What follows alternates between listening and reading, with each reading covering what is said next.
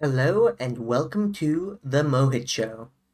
In this video, I'll be covering posts from r/detrans, a well-moderated subreddit for people questioning, desisting, or detransitioning.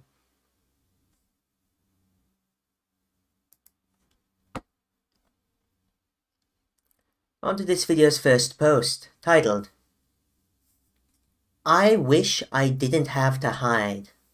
This is by a detrans female individual. I wish I didn't have to have a separate account to talk about these things. I wish I could openly say I despise transness. I think I'm going to write a book under a pen name or something. The thought of being targeted for talking about this experience scares the hell out of me. I want to post my art without seeing those annoying trans flag pic group profile pictures, commenting and liking it, but that's fucking everyone in the art community.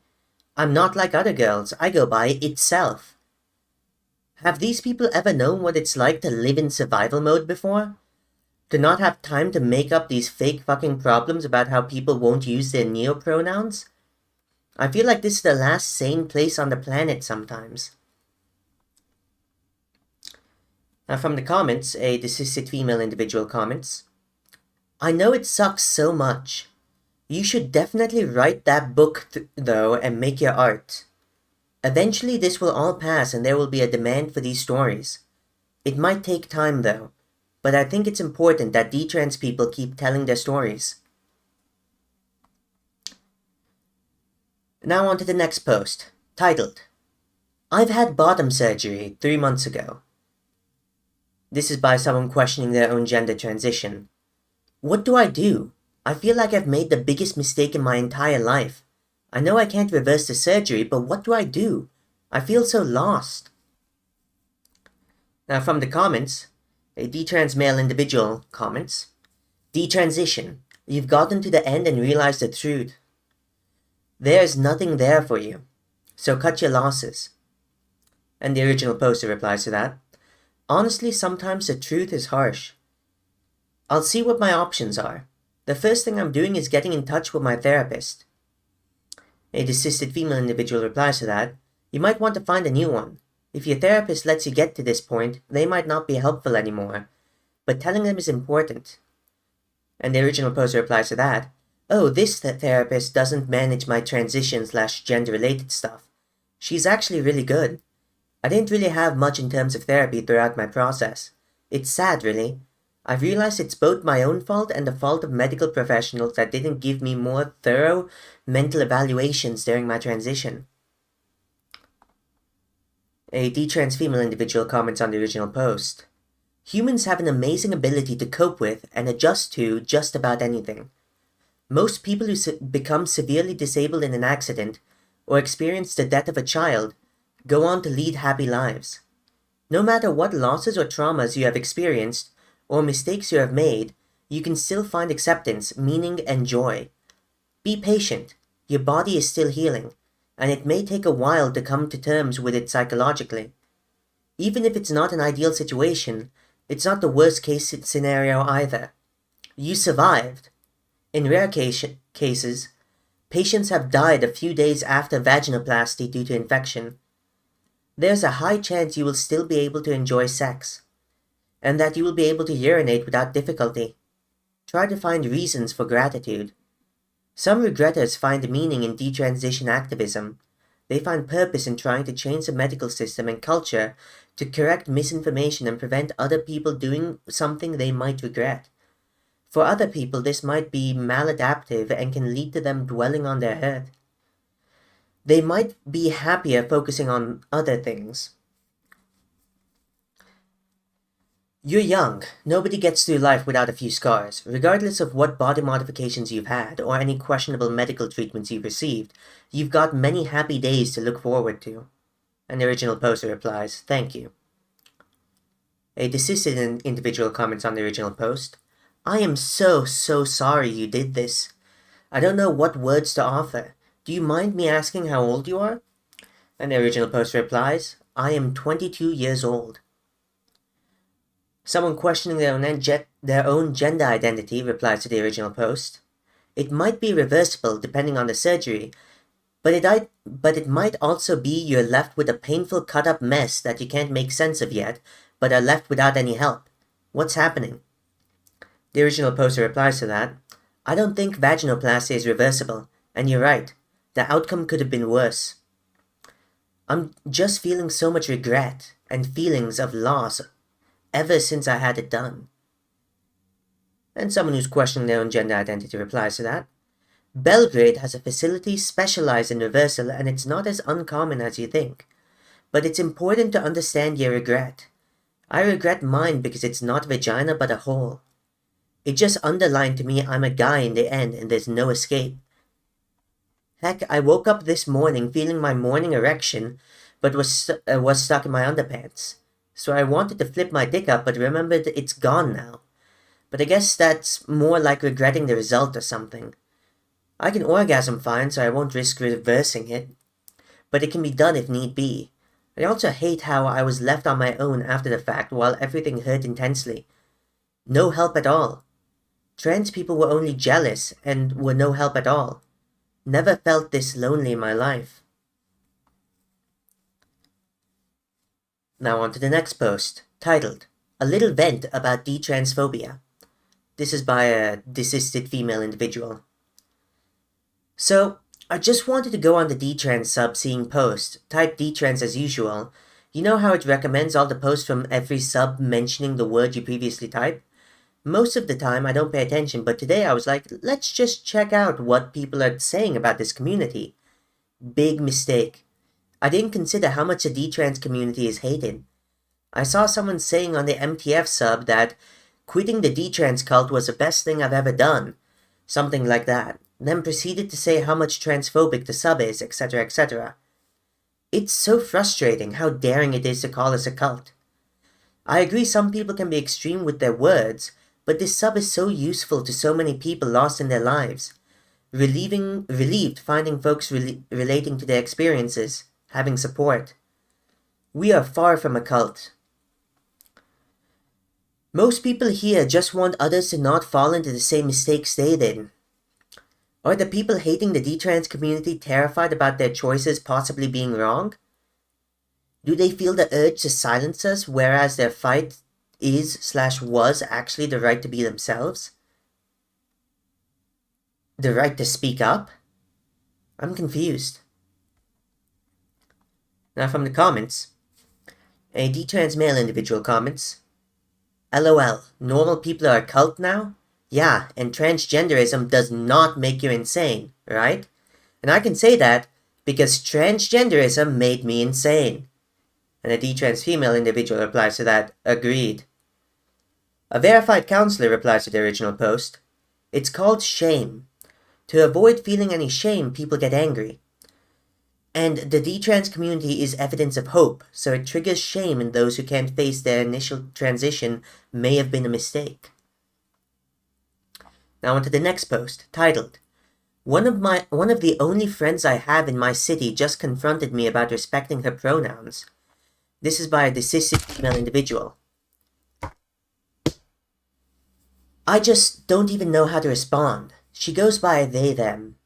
And for more context, we live in Quebec, where the dominant language is French, and there's tons of immigrants from cultures where this doesn't even really exist, unless they're too much in the internet, to be honest. How do I even respond? She's being polite about it and informing me that she recently changed back to they, them, but both me and her grew up between multiple countries as well as in multilingual non-Anglo families. I don't know, it's really awkward. I don't even know how to respond because no matter what, I'm the bigot in the situation. She's also a really kind person and a good friend, but I'm so tired of being scolded over these things. It's also awkward because my partner is a non-English speaker. Like he still struggles to use proper grammar in general in English, so it's difficult for him to follow all these rules with political contexts. While living here, I've seen a lot of immigrants being scolded for this, and just general awkward situations. On principle as well, I find it somewhat triggering. I don't want to follow along and play along because for years I did without question, and it was super toxic and harmful to me. I'm just so tired of this. I'm so tired of having to hold my tongue. I'm tired of trying to explain and people misinterpreting me. I'm just tired and annoyed. We are also almost 30 at this point, and it's just so juvenile to me. At a certain point, you just have to get over yourself and grow the fuck up. I'm sad and frustrated because I feel like I've wasted years of my youth in this toxic mentality. I feel behind in life because of it. And I'm resentful that I had to grow up with all this bullshit. I was just so lost trying to navigate it. I feel like older generations indoctrinated us and then shit on us just because we followed along with what we were taught. We were just so misled, and I feel like I had to raise myself and go on a painful quest to find the answers, only to find that everything I was taught was wrong and harmful, with zero tools or awareness of what it actually means to be a woman in the world. And now I feel stupid and embarrassed about it. And now I'm 30 and being a victim is not charming anymore. Now I'm the adult in the room and I feel like I can't even complain because it's so much worse now for younger kids. And on top of everything, it's almost impossible to find female friends my age to relate to because they're all still following along. It just sucks. Now from the comments. You can always use no pronouns and refer to her by name anytime you need to reference her. It takes some practice, but that's what I do. And the original post replies to that. Yeah, I'll try, but it just makes me nervous to make a mistake.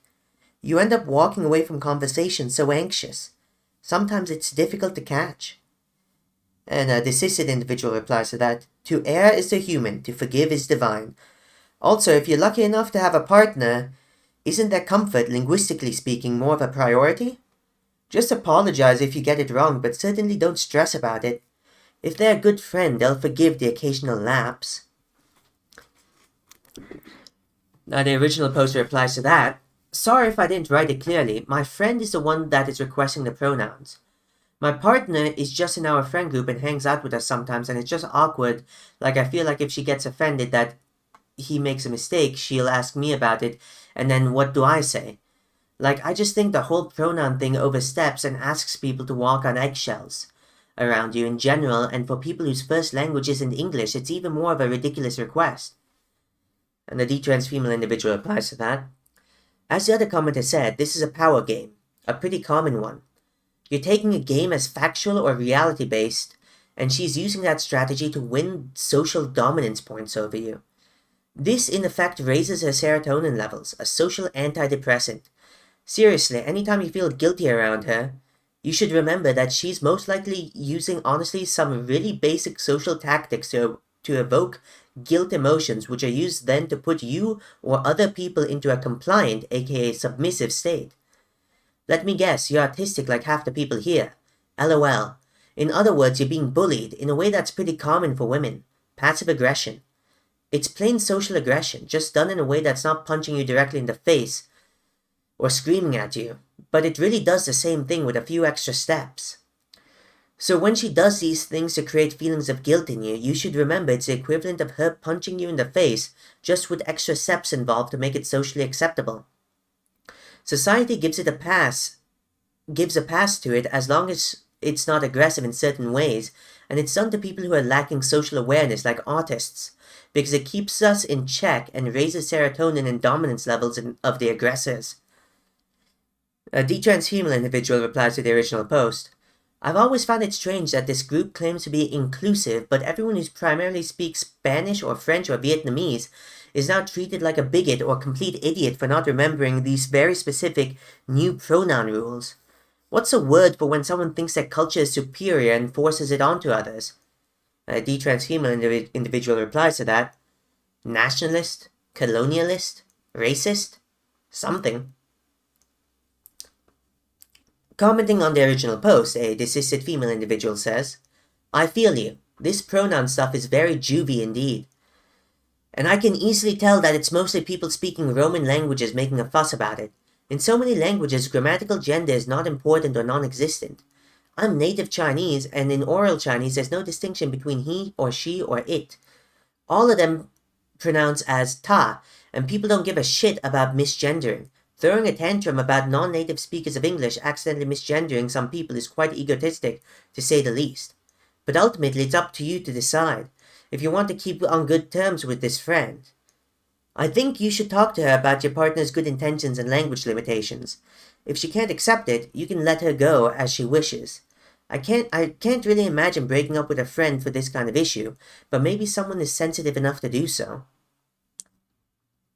And the original post replies to that, I've actually heard this before about Chinese, and the ironic thing is that this friend grew up in Taiwan and speaks Chinese. She's pretty assimilated now to Canada, though. And the desisted female individual replies to that, that is a bit surprising, I admit. But in any way, since your partner isn't intentionally offending anyone but just getting accustomed to speaking English, I don't think people should be so strict towards a first-generation immigrant. When studying in the US, I saw many fellow students struggling with their English, me included, and it's just so understandable. I hope everything is going well for you and your partner. Life is hard enough for people trying to settle down in a new environment. Adding a burden isn't what friends are supposed to do. I know, that's why I'm like, WTF, why doesn't she get it, lol? It just feels like a way to be passive-aggressive sometimes, even if it's not intentional. It is passive-aggressive. She moved to Canada at age 15, though, and is very assimilated into the Anglo culture. Thank God for my partner, to be honest. He's the only one I can openly vent to about this. But, it's so hard to find friends these days that don't believe in this. And a desisted female individual replies to the original post. I wouldn't have friends like that. Don't need that toxicity.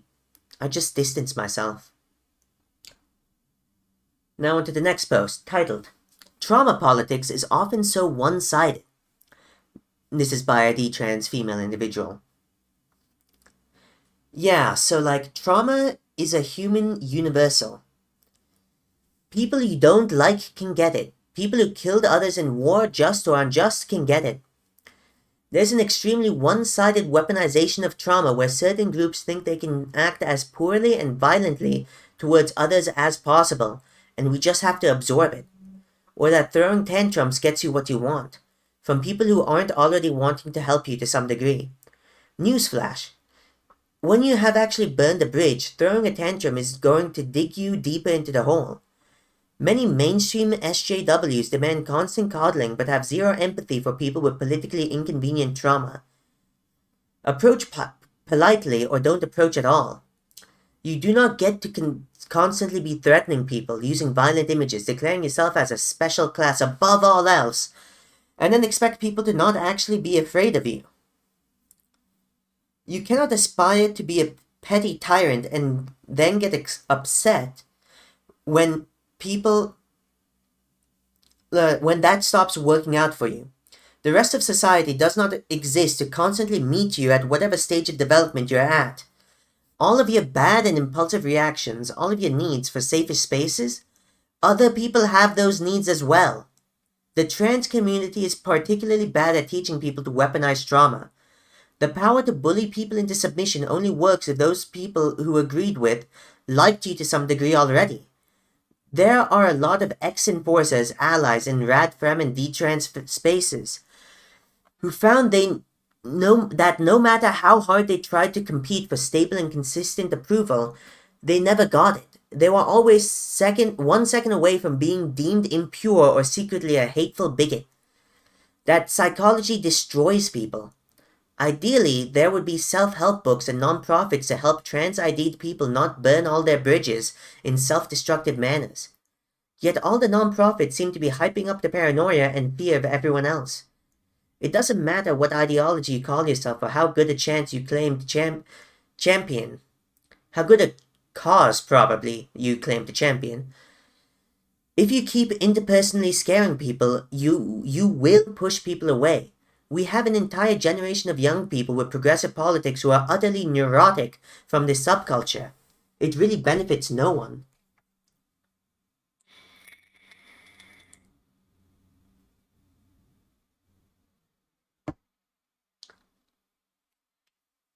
Now from the comments. A detrans female individual comments, some of the blame belongs to the intersectionality movement. It gives lip service to different kinds of oppression, but basically people are ranked with a point system. It also largely ignores poverty and physical disabilities, and other traumas people have survived, like bereavement, divorce, and abuse. In a conflict, it's considered woke for bystanders and authorities to side with the person who has more pressure points and prioritize their feelings. The minute a straight man declares himself trans, now he's trans, a woman, and a lesbian. So he ticks 3 new victim boxes, and therefore outranks most women. And he can get away with saying and doing problematic things others can't, without being cancelled. And the original poster replies to that, "Yeah, I do place a lot of blame on that failed paradigm. It was originally meant to theorize about USA black maternal death rates, and somehow ended up completely erasing females." A detrans female individual replies to the original post, "Honestly, it's gotten to a point where we, just as a society, need to stop acting like toddlers. We can't meet these people where they're at, or it will be like 3-year-olds having a meltdown on the playground. We need to teach ourselves and our kids emotional resilience. I genuinely have a trauma response to the cult flag, but I've been doing my damnedest to desensitize myself to it because I have to exist in public. They really need to do the same with all of it. Pronouns, people pretending to see their delusions, an aversion to biology, they have to grow up." And a desisted female individual replies to the original post, "You're right. Realizing that was a huge part that snapped me out of this worldview. I just met too many people acting like victims, but meanwhile they will treat you like shit and feel justified for it. We see it really obviously in the trans movement, but I notice this type of behavior has become common and is just the general public as well. It's really frustrating, and I'm sad that this culture and era we live in now. I'm sad that this is the culture and era we live in now. Also, politically inconvenient trauma would be a great band name." Next post, titled, "Thoughts on the idea of transitioning to be closer to one's true self." Detrans male. I see this being thrown around a lot. And I even used to say when I was transitioning, but now it seems so odd. Being closer isn't the same as being. Why do so much work transitioning if the end result is still not really close to the ideal? The whole point of transitioning is dysphoria relief, but there's still going to be dysphoria if the end results are only partially successful. There's also the issue of what true self even means. Now from the comments, a detrans female individual comments, "I truly drank the Kool-Aid on this one. I believe transitioning was a move for authenticity, but I just wound up feeling like I was faking it all the time. I don't think a true self exists. I believe that in the Buddhist sense. I think that for a lot of people it's a pseudo-religious belief, like a soul. When I was psychotic, I had delusions about having been a man in all my past lives. And that was the time I felt most like a man. Absolute delusion. Without that sort of basis belief, there's nothing." And a detrans male individual replies to that, "Yeah, I felt like I was faking it too."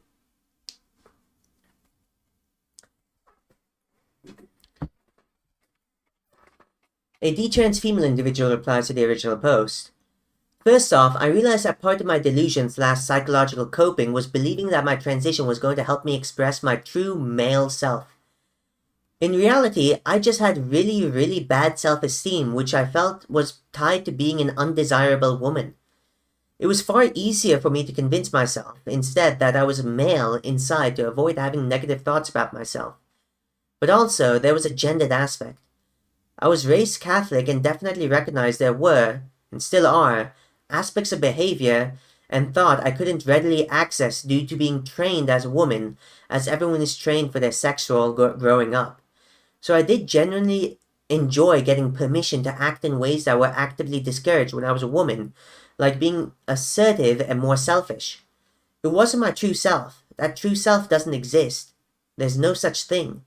It's just a nice mental coping mechanism, and a useful mental tool for guiding oneself in line with a more desirable personality. It's not really that deep." A detrans male individual replied to the original post, "I think people just believe that gender equals sex. They believe that feeling a certain gender is something to focus on. Sometimes I still feel female, but it's just life. I just don't pay attention to it now because I know better. It's a delusion, confusion, indoctrination. Now on to the next post, titled, How Do I Detransition? This is by a detrans female individual. I was living as a trans man for 5 years. Started hormones at 17 and had top surgery at 18. I've been on hormones ever since and have realized I've made a huge mistake. How do I safely detransition? Is stopping testosterone, cold turkey safe or is there other steps that need to be taken? From the comments, the cishet female individual comments, I cold turkeyed because I had to, lost my insurance, no money for a doctor. And I don't recommend that. Tapering off tea will be gentler. And the detrans female individual replies to the original post, I just quit. Didn't take the next shot when it was time. That was 18 years ago. If you have ovaries, you should be fine. Yeah, you might feel icky yucky or whatever for a week or two, but we want it to be men, right? Be brave and rip the band-aid off. Don't waffle, just do it.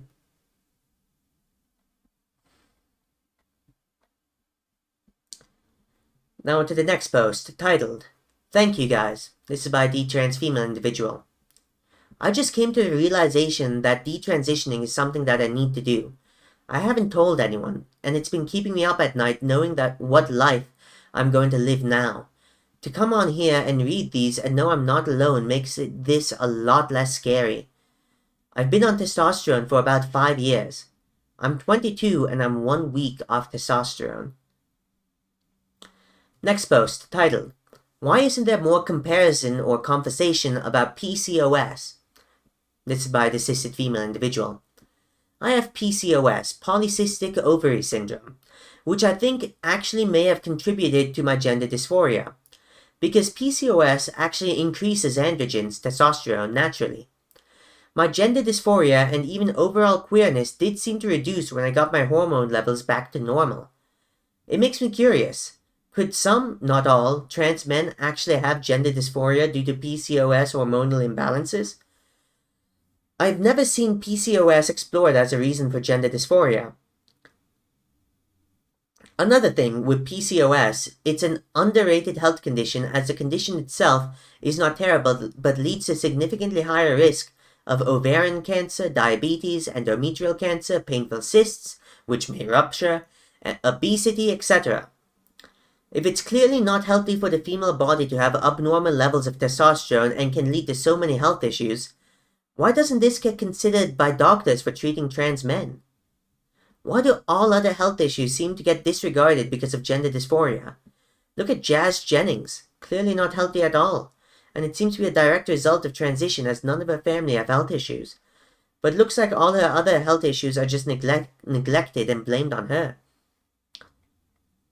Now from the comments. From a detrans female individual.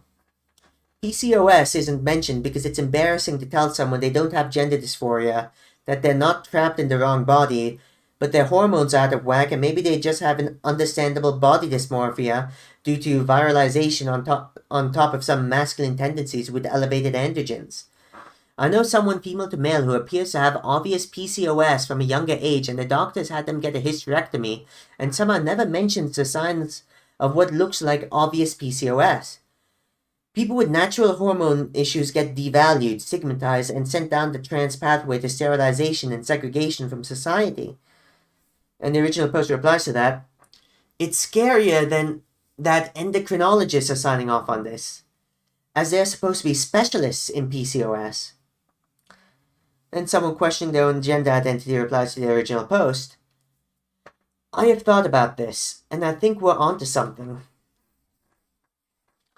I don't have PCOS, but I have a different intersex condition called the uterus didelphys, 2 uteruses, that I think contributed to my transition. I got my period at 8 and projected into puberty at lightning speed. It made me feel so uncomfortable and my boobs were huge like in the 5th grade. It caused me to have periods that would last months, because you can have one period in one uterus and then another in the other right after. It was painful and made me miserable. My periods were so heavy and unbearable. My estrogen was very high. My prolactin and a couple other hormones. This made me loathe being a girl. Throughout my time on testosterone, my estrogen remained high, and it took nearly 4 years for my period to cease. I haven't seen the level of changes most trans men see during their time on testosterone. If you read my post history, you'll see I have many factors for my detransition, like sexual assault and other traumas, but I really do believe this condition is a huge factor as well, and I think it could be for many others with hormonal or intersex conditions. And the desisted female replies to that, "Wow, yeah, although my condition is nowhere near as serious as yours, I can relate. For me, I would rarely get my period. I had a very feminine figure, which I hated because I hate being sexualized and constantly had guys stare at me and harass me, which was a huge shock because I was a neurotypical ugly duckling who was too shy to talk to anyone. So I went from having zero male attention to like a lot of it. The modern Western concept of courtship, it was just so bizarre to me. Guys were basically asked to have sex before even getting to know a woman as a person.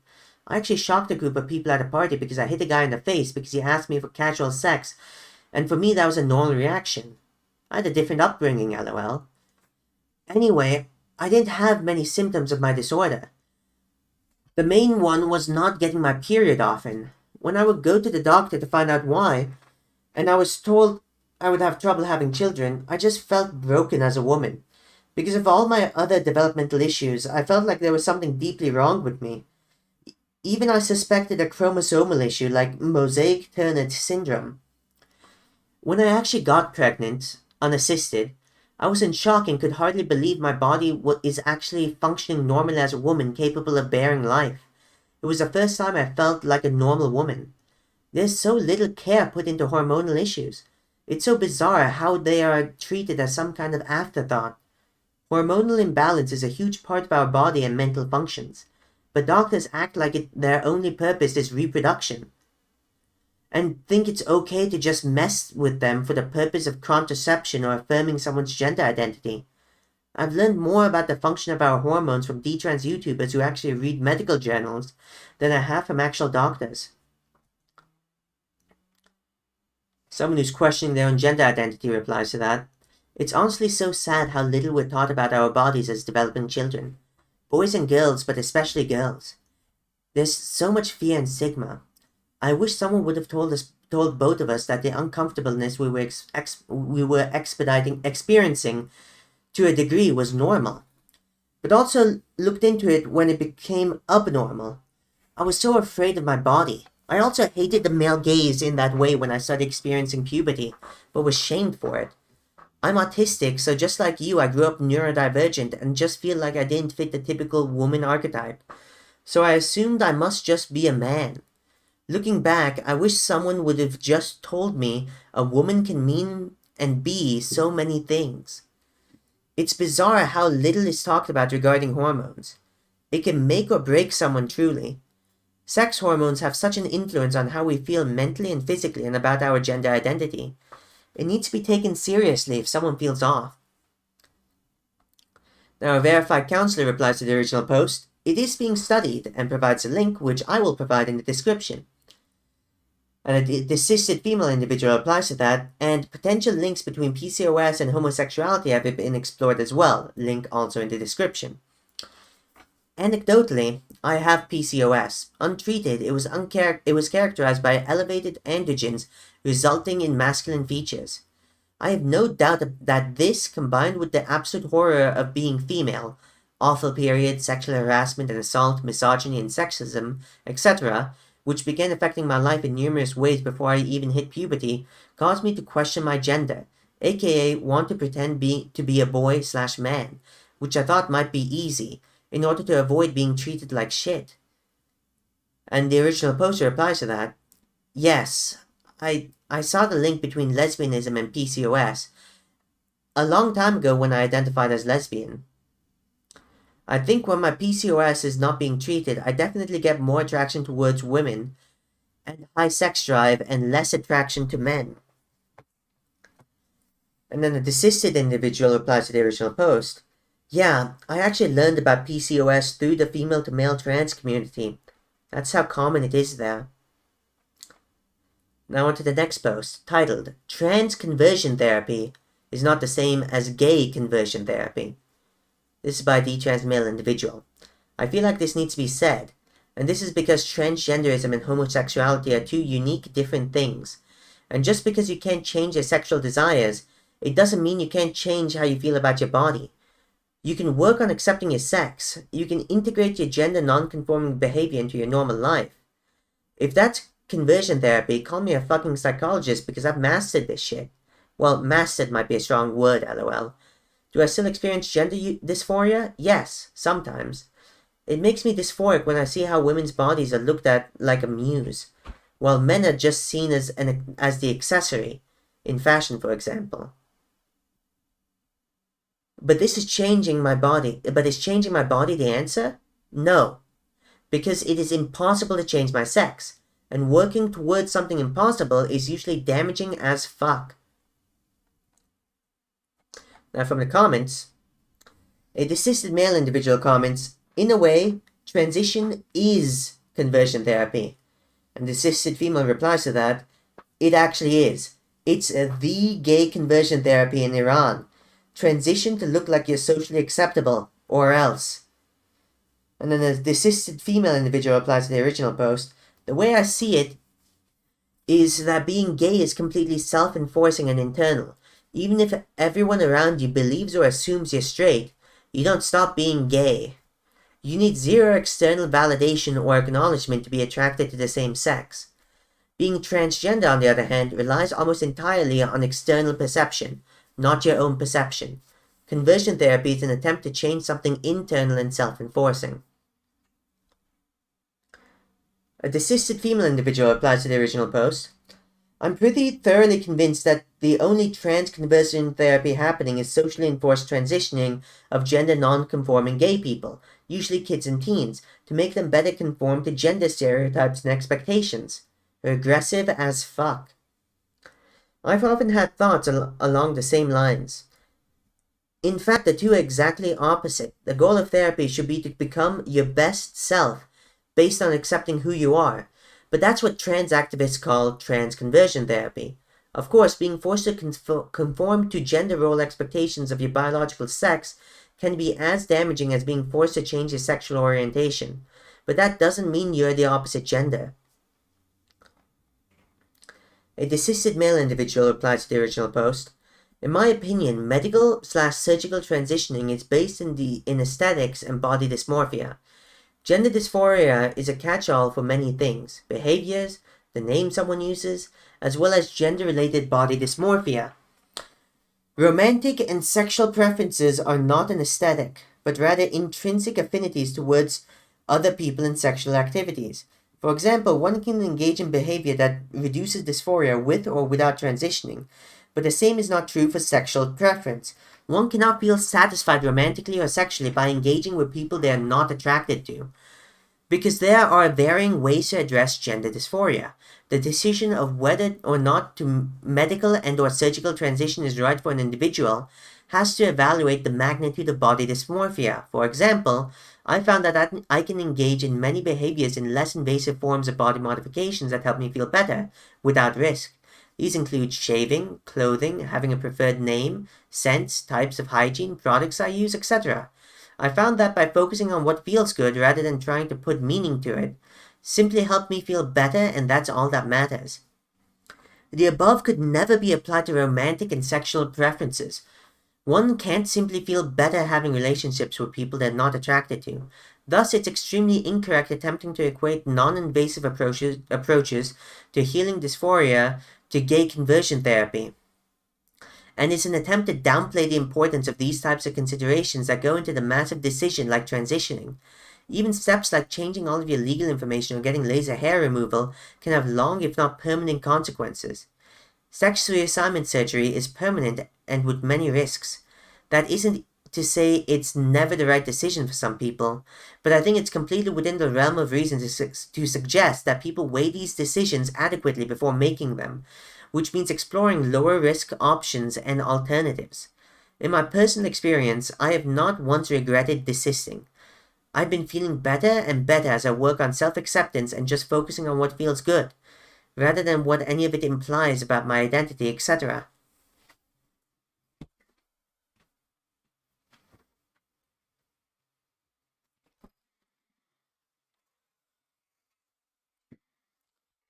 Now, a verified counselor replied to the original post. Actually, the sparse research indicates that they are exactly the same thing.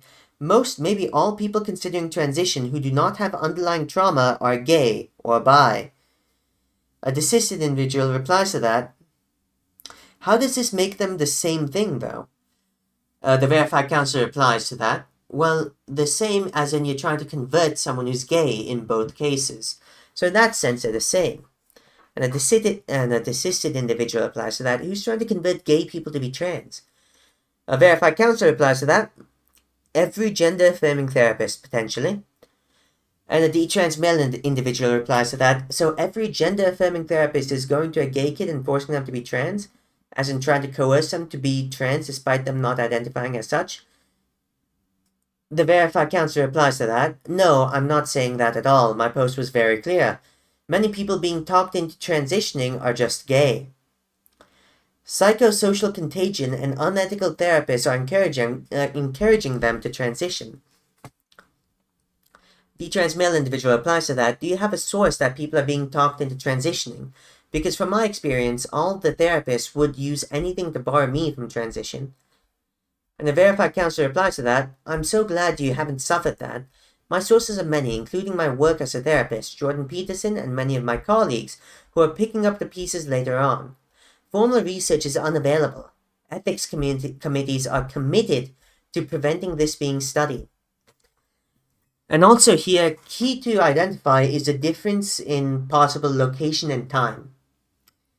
There are some places where people going for transition are not going to get any support for that transition. And there's some places where you can go somewhere and they'll just ask you to sign a form and you can go in and get hormones. And there are literally more than 1,000 such places here in the US.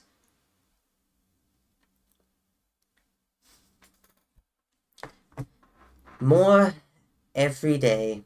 Well, probably not every day, probably every month at minimum. Probably a week.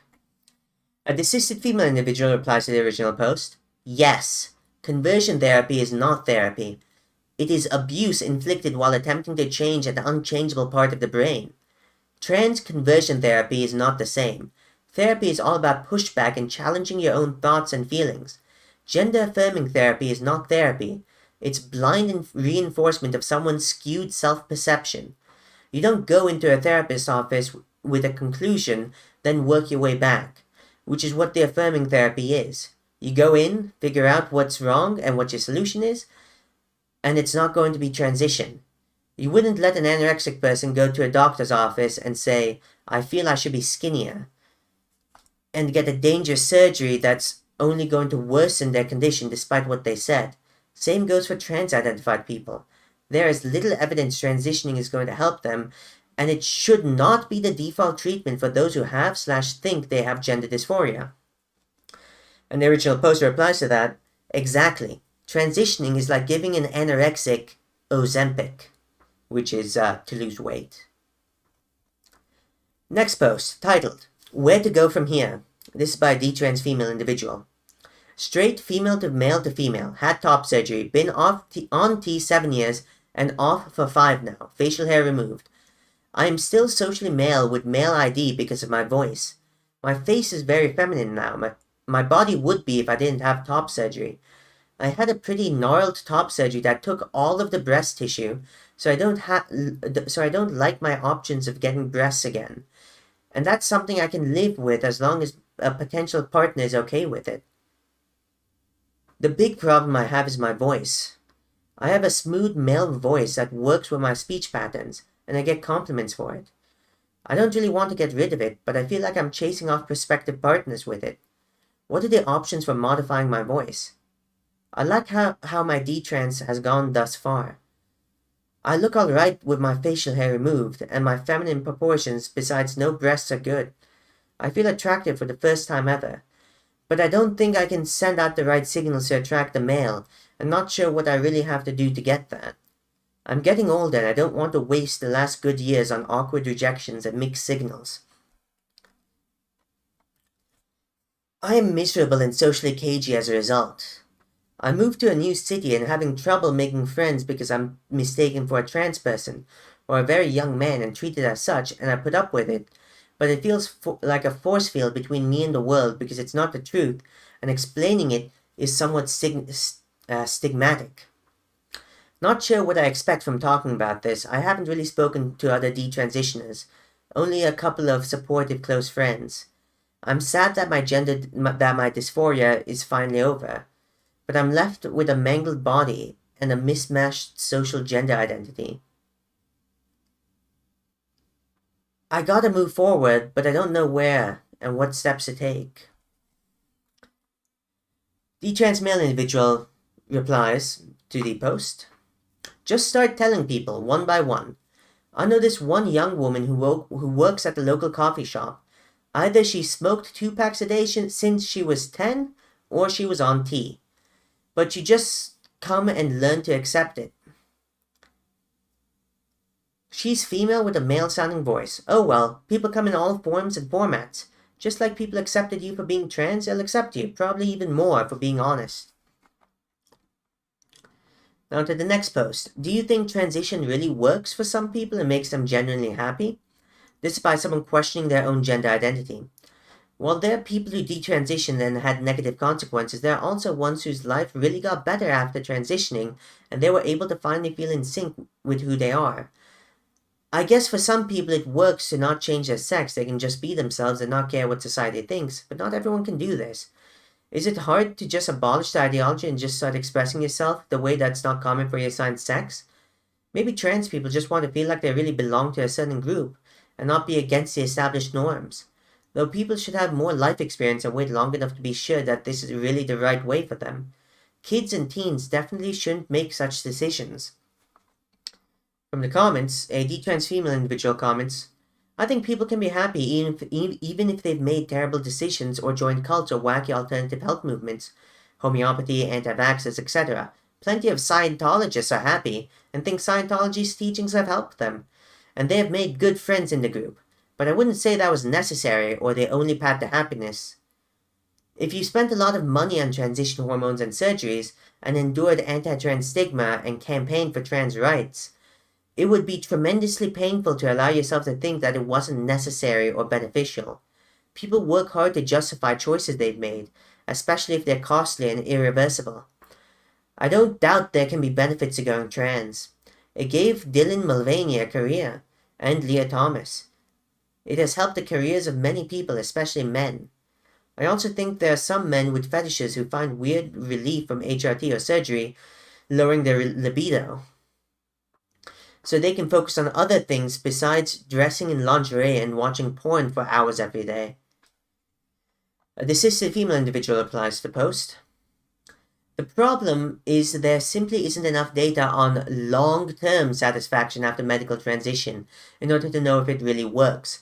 There are many detransitioners who felt their life got better after transitioning at first, and regret set in only later.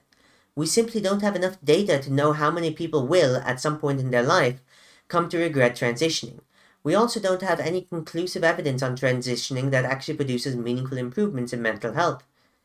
A detrans female individual replies to that. Yeah, I came out as trans around 14, started hormones at 18, and was happy when I transitioned initially. Even considered myself one of the real ones. Now I'm about to turn 21 and I completely regret transitioning. And a decised female individual replies to that. Yeah, my story is similar. I was socially trans as a kid and then as a teen. I don't even regret socially transitioning. I liked being referred to as male. Only desisted when I decided medical transition wasn't worth it. A desisted female individual replies to the original post. I feel like just because people initially feel better, or happiness is not a good indicator that it's held that I feel like just because people initially feel better or happy, or that they feel happy, that's not a good indicator that this healthcare is justified, because you don't really know that if that initial joy will last. Most of the trans people I know, it's more like they're in this purgatory state of image obsession and general confusion and trying to fix all their problems on this one thing. I haven't really met any that ever feels stable or at peace. Mostly it feels like a form of avoidance, and they're not being honest with themselves or others. For myself personally, I feel like I was in a state of confusion and turmoil and denial for years, and then I had no choice but to face myself. It was painful, and I'm sad about it sometimes. But at the same time, I feel so much more at peace because I don't feel constantly confused, or I understand much better the contradictory nature of society / the ideology, if that makes sense. I also kind of feel like regret is the most inevitable path for the health consequences alone. I feel like when you're young, you don't really imagine properly the reality of being old and more concerned with your health and taking care of yourself. I think when you're young, you take these things for granted. I think when you get older, everyone kind of grapples with this and maybe unwise health choices when they made when they were young, and that maybe it's time to get your shit together or get your health better, even for non-trans people. I'm not old, but I even kind of feel like this about birth control I was on in the past, because upon reflection, I wonder how much that played a role in some of my distress, actually, and some other health issues I dealt with at the time. I feel really sad for the people at transition that will have to inevitably face this later on, that they've made some choices in their youth that they can't reverse. If you have serious consequences in older age. I think when you get to that point in your life, your appearance and gender matters so much less, and I can't imagine that most people won't wonder if it was all worth it. Also, as I get older, my sex just becomes increasingly obvious, and how I tried so hard to run away from the inevitable when I was young due to fear and trauma, which sucks because then it makes the inevitable more difficult later on when you keep delaying it.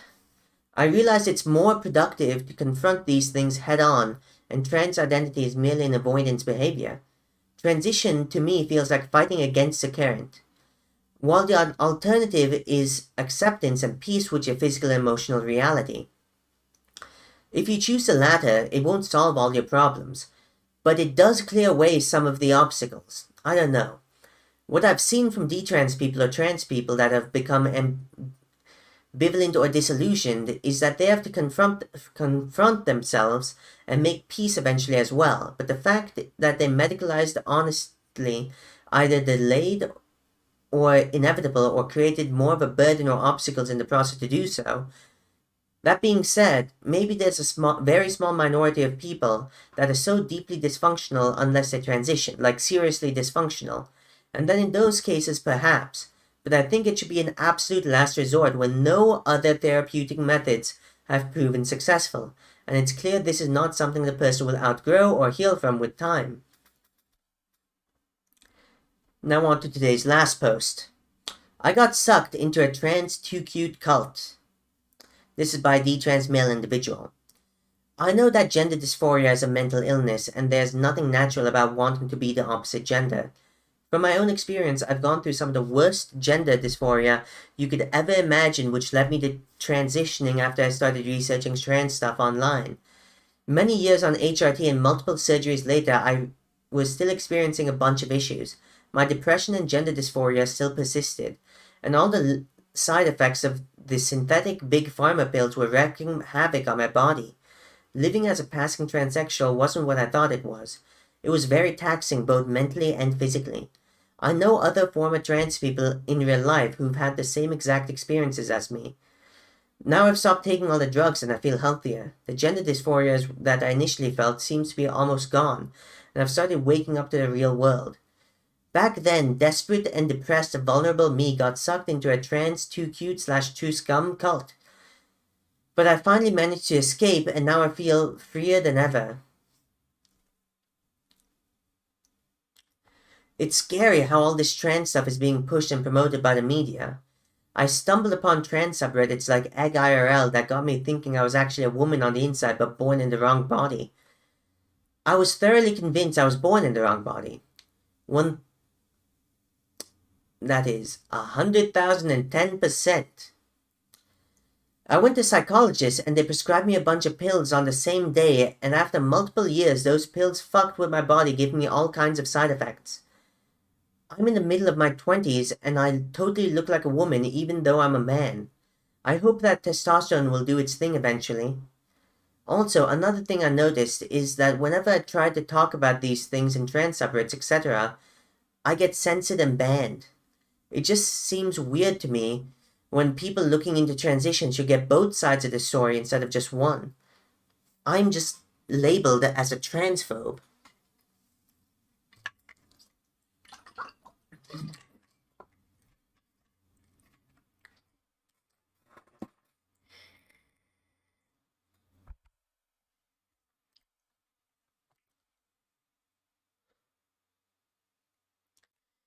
So from the comments, the original poster also comments on their post.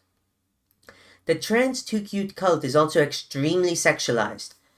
It's like a fetish for them, it seems. Titty skittles oh, my girl dick ooh, and posting all kinds of nudes online in miniskirts and everything. You're valid, is a phrase I would often hear. Instead, I should have just been slapped in the face and told the fucking truth. And the deceased individual replies to that, totally. Autogynephilia is very real, and anyone who says it isn't is fucking lying to themselves. Someone questioning their own gender identity asks, what is autogynephilia? Sorry, I don't know. And someone who's questioning their own gender identity replies to that, autogynephilia. It's when males feel aroused at the thought of being a female. Basically a trans kink. Now, a detrans male individual replies on the original post, I think a lot of the issue is rooted in shame that is really common among modern men, especially empathetic or sensitive men, due to the cultural idea of men as aggressors and villains. This shame gets interpreted as gender dysphoria due to an acceptance of trans people / ideology, and the trans movement pushes hard for this internal narrative to be all-encompassing. What I mean by this is that every aspect of your life up to that point has to be interpreted as a sign you were really the opposite sex, all in order to be true trans or whatever, which inherently leaves no room for doubt or diversion. Good on you for thinking for yourself. A detrans male individual replies to that, it's especially nefarious because the more people transition, the more valid it makes trans people see their identity. If a man expresses uncomfortability with their gender, the first response should be to affirm him as himself rather than sow doubt. Unfortunately, we seem to have forgotten what healthy displays of maleness and masculinity look like. A detrans male individual replies to the original post, I definitely know what you mean by getting sucked into the trans cult. And a desisted male individual replies to the post, just curious to hear from your experience, how has hormones wreaked havoc on your body? Also, you really did not feel any different after transitioning? Just asking, because I had a moment during transition where I felt like I changed my body, but it didn't really have any effects on my mind. So the original post replies to that, taking Spiro plus finasteride gave me all kinds of side effects. I would feel dizzy and lethargic on a daily basis. It was as if I was drunk on a cruise ship out on the ocean. I would feel very sick 24/7 as if I was poisoned, which I was. Day in and day out like a total zombie with no energy whatsoever. These side effects didn't appear in the beginning, but after 3+ years of medicalization, I would start feeling this. It slowly but surely crept up on me. I did change a lot after transitioning, both mentally and physically. I would look in the mirror and think to myself that I was pretty. Long hair, lush eyelashes, and lots of feminine facial and body fat, which I still have. I would start feeling somewhat like a woman as well, everyone reading me as a woman, getting catcalls, male attention, etc. There were parts of it I liked, but at the end of the day, I was still as miserable as I was before transitioning, and my body damaged from the medication. I would tell people that, oh, I'm so much happier now, and I'm finally my true self. Online, I would post my successful transition story and get lots of likes. Truth be told, this was just a facade which I tricked myself into believing somewhat. Then I went outside. Who would constantly think to myself, do they know I'm trans? Do they not know? Do I pass? What if they know? Am I looking feminine enough today? I still look like a woman, so this is something I have to deal with even though I've been off medication for some time. Dating was a minefield. Taking off my clothes was awkward, and going to the beach was nerve-wracking. What pains me is that I can't immediately go back to being a man. I have 2 breasts that I need money to remove. I've permanently altered both my body and face with my surgeries, and my fat distribution is very feminine. Even my voice is very feminine now after years of voice training, so I have to consciously try to lower it to sound male. And that is the end of today's post. Thank you so much for watching to the end of this video. If you would like to support this comment, please like, subscribe, and share this video. Thank you again for watching, and have a good day.